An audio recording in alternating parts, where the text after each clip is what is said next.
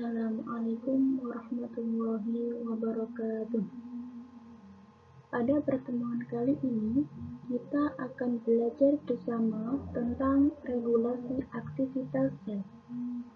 Regulasi aktivitas sel merupakan pengaturan terhadap serangkaian kegiatan yang dilakukan oleh sel, sehingga dalam hal ini berkaitan dengan sistem komunikasi antar sel. Bagaimana suatu sel dapat berkomunikasi dengan sel lainnya untuk menyampaikan pesan, sehingga mampu menghasilkan pesan untuk keperluan aktivitas sel. Melalui aktivitas sel inilah, makhluk hidup mampu melakukan berbagai kegiatan seperti bergerak, berjalan, dan sebagainya.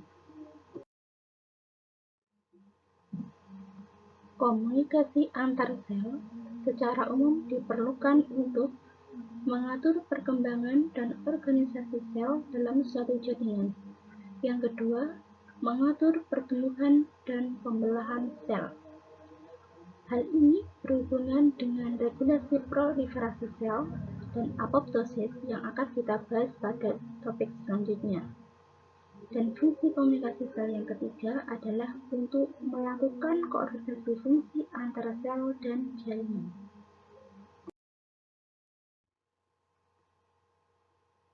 Komunikasi sel terdiri dari 3 komponen, yaitu sel komunikator, sinyal kimia, dan sel target. Dalam proses komunikasi sel, sel komunikator berperan dalam mensintesis dan melepas sinyal kimia. Setelah sinyal kimia disintesis, kemudian oleh sel komunikator dilepas untuk selanjutnya masuk ke sel target. Nah, sel target ini berfungsi untuk mengenali, menerima, dan merespon sinyal kimia. Sinyal kimia yang telah direspon oleh sel target selanjutnya dapat menstimulasi aktivitas seluler. Kemudian sinyal kimia ini berupa apa?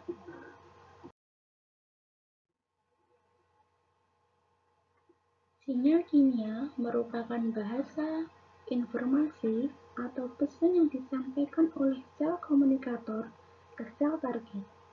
Nah, sinyal kimia ada 2 macam.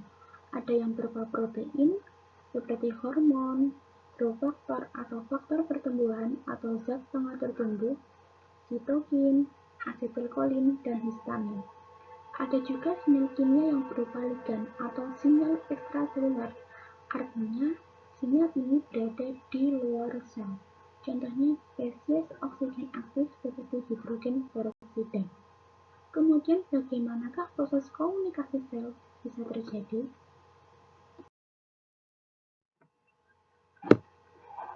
Pada gambar tersebut terdapat 2 sel. Yang pertama adalah sel sekretori dan yang kedua adalah sel target. Sel sekretori ini mensintesis sinyal kimia atau chemical messenger. Sinyal kimia yang sudah terbentuk kemudian dilepas atau dikeluarkan atau disekresikan ke sel sekretori. Namanya juga sel sekretori, sekresi, berarti berfungsi untuk mensekresikan dan dalam hal ini mensekresikan sinyal kimia. Sel yang kedua adalah sel target. Namanya target berarti ia berfungsi sebagai target atau tujuan dan dalam hal ini sel yang dituju oleh sinyal kimia. Nah, karena sel target ini berfungsi untuk menerima sinyal kimia, maka ia punya reseptor. Dan reseptor ini letaknya di membran plasma. Masih ingat ya dengan pelajaran sebelumnya tentang membran plasma? Ya, struktur membran plasma terdiri dari lipid bilayer atau 2 lapisan lipid, yang mana pada tiap-tiap lapisan lipid ini tersusun dari bagian kepala dan ekor. Nah, reseptor yang ada di membran plasma ini berupa glikoprotein transmembran dengan konformasi yang sesuai dengan bentuk molekul ligan yang diterima. Ligan dalam hal ini adalah sinyal kimia itu sendiri. Jadi, pengikatan sinyal kimia ke reseptor menyerupai ikatan dan kecocokan antara enzim dengan substrat yang menganut teori gembok kunci atau lock and key.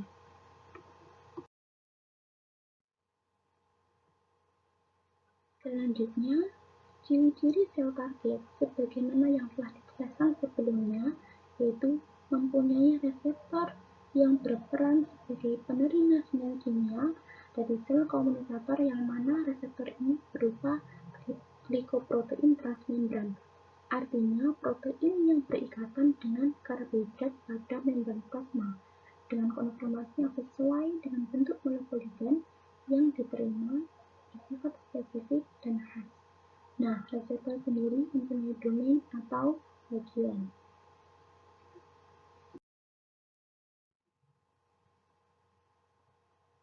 Reseptor memiliki dua domain, yaitu domain ekstraseluler dan domain sitoplasmik. Posisi menempelnya reseptor pada membran plasma tadi kan menonjol. Ada yang menonjol ke bagian dalam dan ada yang menonjol ke bagian luar. Bagian reseptor yang menonjol ke bagian dalam disebut dengan domain sitoplasmik karena dia menghadap ke sitoplasma di dalam sel. Sedangkan bagian yang menonjol keluar disebut dengan domain ekstraseluler, yaitu bagian yang menghadap ke luar sel.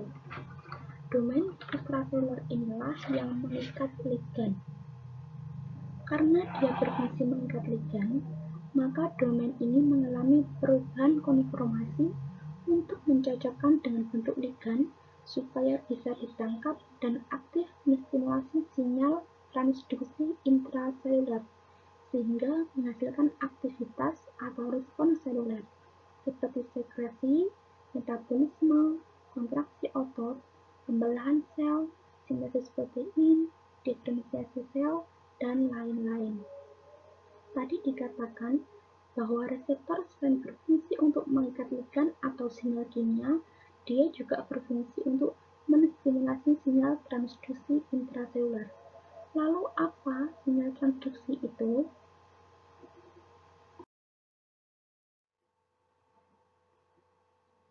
Sinyal transduksi merupakan reaksi kaskade atau reaksi berantai yang terjadi di dalam sitoplasma. Kemudian apa fungsi dari sinyal transduksi ini? Jadi, sinyal transduksi ini berfungsi untuk menerjemahkan atau mentransduksi sinyal ekstrasel menjadi sinyal intrasel agar dimengerti oleh sel target. Tadi kan sinyal kimia awalnya berasal dari luar sel, kemudian terikat pada reseptor di membran plasma, kemudian masuk ke dalam sel target. Nah, supaya sinyal kimia yang di luar sel ini dikenali oleh sel target, dia harus diterjemahkan terlebih dahulu, yaitu melalui sinyal transduksi. Reaksi kaskade pada sinyal transduksi terdiri dari serangkaian hierarki protein yang diaktifkan oleh protein yang sebelumnya atau upstream. Mekanisme pengaktifan dilakukan melalui fosforilasi, yaitu penambahan fosfat pada protein target. Dan gugus fosfat ini berasal dari ATP atau GTP. Jadi, protein yang ada di sel target ini diaktifkan terlebih dahulu. Nah, untuk mengaktifkan protein harus ditambah dengan gugus fosfat yang berasal dari ATP atau GTP. Mekanisme pengaktifan protein dengan penambahan gugus fosfat ini dinamakan fosforilasi. Setelah fosforilasi, protein target menjadi aktif. Setelah protein target ini aktif, maka terjadi reaksi berantai yang dilakukan oleh beberapa protein. Reaksi berantai ini disebut reaksi kaskade yang membentuk sinyal transduksi.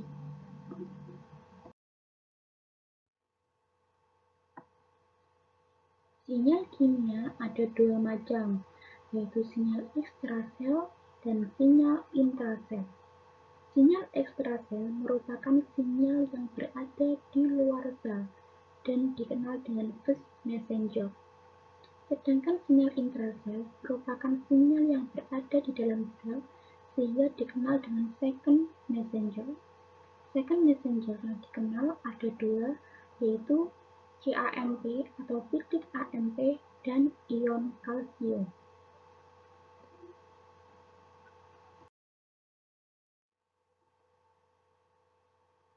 Tahapan aktivasi sel target untuk menghasilkan respon seluler ada 3. Yang pertama, terjadinya pengikatan ligan oleh reseptor, kemudian aktivasi jalur transduksi atau sinyal transduksi pada sitoplasma, dan yang terakhir terjadi respon seluler. Tahapan sinyal transduksi dapat dilihat seperti gambar tersebut. Pada gambar yang berwarna biru pudar pada bagian kiri itu adalah cairan ekstraseluler, sedangkan bagian yang berwarna pink yang bagian kanan itu adalah sel. Tahap pertama pada sinyal transduksi adalah reception atau penerimaan. Pada tahap ini, sinyal berupa molekul sel sekretory menempel pada reseptor yang ada di membran plasma. Setelah itu, sinyal masuk ke jalur transduksi sebagai tahap kedua. Pada tahap kedua ini, sinyal kimia berubah konformasinya agar dapat diterjemahkan oleh sel. Setelah itu, sinyal dikenali oleh sel target yang menimbulkan respon seluler. Pada tahap pertama terjadi ikatan antara ligan dengan reseptor di membran plasma. Bagaimana ikatan ini bisa terjadi? Nah, terjadinya interaksi antara ligan dengan reseptor tergantung pada sifat ligan.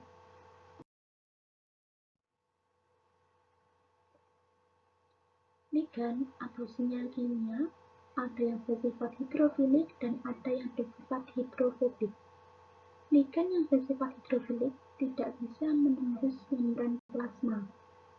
Karena tidak bisa menembus membran plasma, maka reseptor ada di permukaan sel, sehingga ligan tidak bisa masuk ke dalam sitoplasma. Sedangkan pada ligan yang bersifat hidrofobik, ligan bisa menembus membran plasma.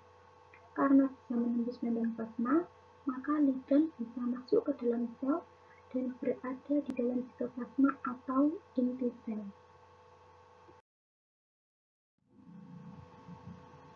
Gambar ini menunjukkan perbedaan reseptor yang ada di permukaan sel dengan reseptor yang ada di dalam sel. Gambar yang atas merupakan gambar sel surface receptor, artinya reseptor ada di permukaan sel. Reseptor yang ada di permukaan sel ini berperan dalam menerima sinyal kimia atau molekul yang bersifat hidrofilik yang tidak bisa masuk ke dalam sel. Sedangkan gambar yang bawah merupakan gambar intraselular reseptor, artinya reseptor ada di dalam sel. Reseptor ini berperan untuk sinyal atau molekul yang bersifat hidrofobik. Molekul kecil atau sinyal kimia yang bersifat hidrofobik dibawa oleh karier protein dan masuk ke dalam sel karena dapat menembus membran plasma.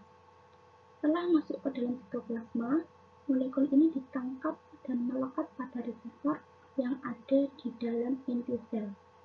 Jadi, perbedaan ligan hidrofilik dan hidrofobik adalah kalau ligan hidrofilik, reseptor ada di permukaan sel dan sinyal kimia tidak masuk ke dalam sel. Kalau ligan hidrofobik, reseptor ada di permukaan inti sel dan sinyal kimia ada di dalam inti sel.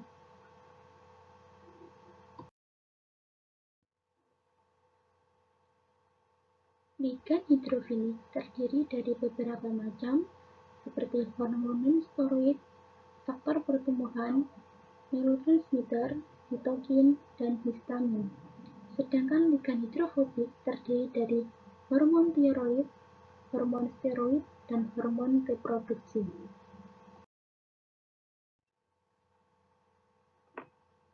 Berdasarkan penjelasan di atas, dapat dikatakan bahwa sinyal kimia atau ligan merupakan sinyal ekstraseluler yang disekresikan oleh sel komunikator dan mencapai sel target. Sinyal ekstraseluler yang hidrofilik tidak memasuki sitoplasma untuk menstimulasi respon sel. Dengan perantara reseptor permukaan, sinyal ekstraseluler diteruskan ke dalam sel dalam bentuk sinyal intraseluler.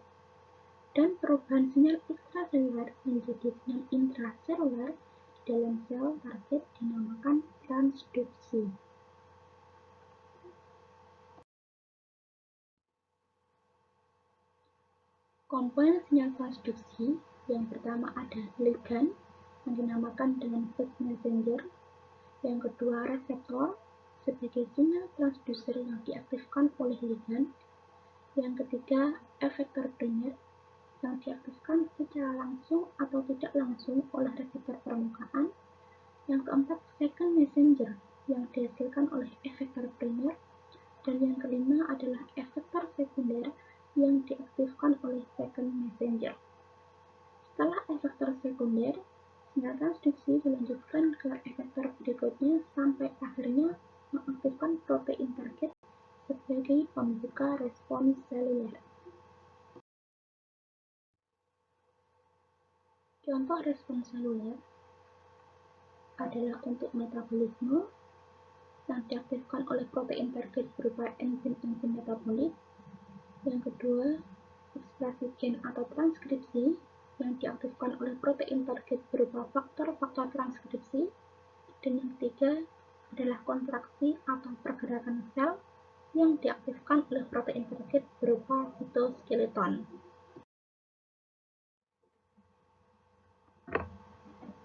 Macam-macam respons seluler.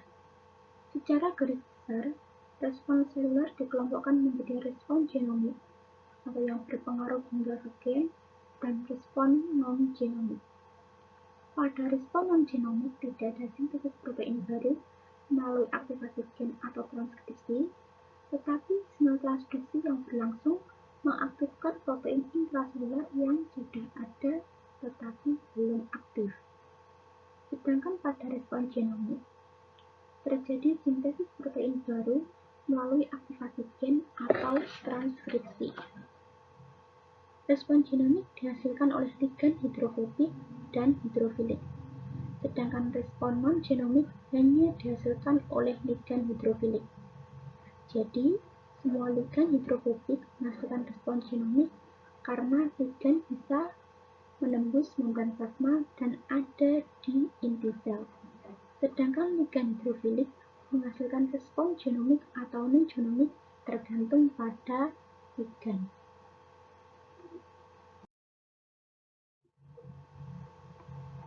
Demikianlah penjelasan singkat tentang materi regulasi aktivitas sel. Semoga bermanfaat. Terima kasih. Assalamualaikum warahmatullahi wabarakatuh.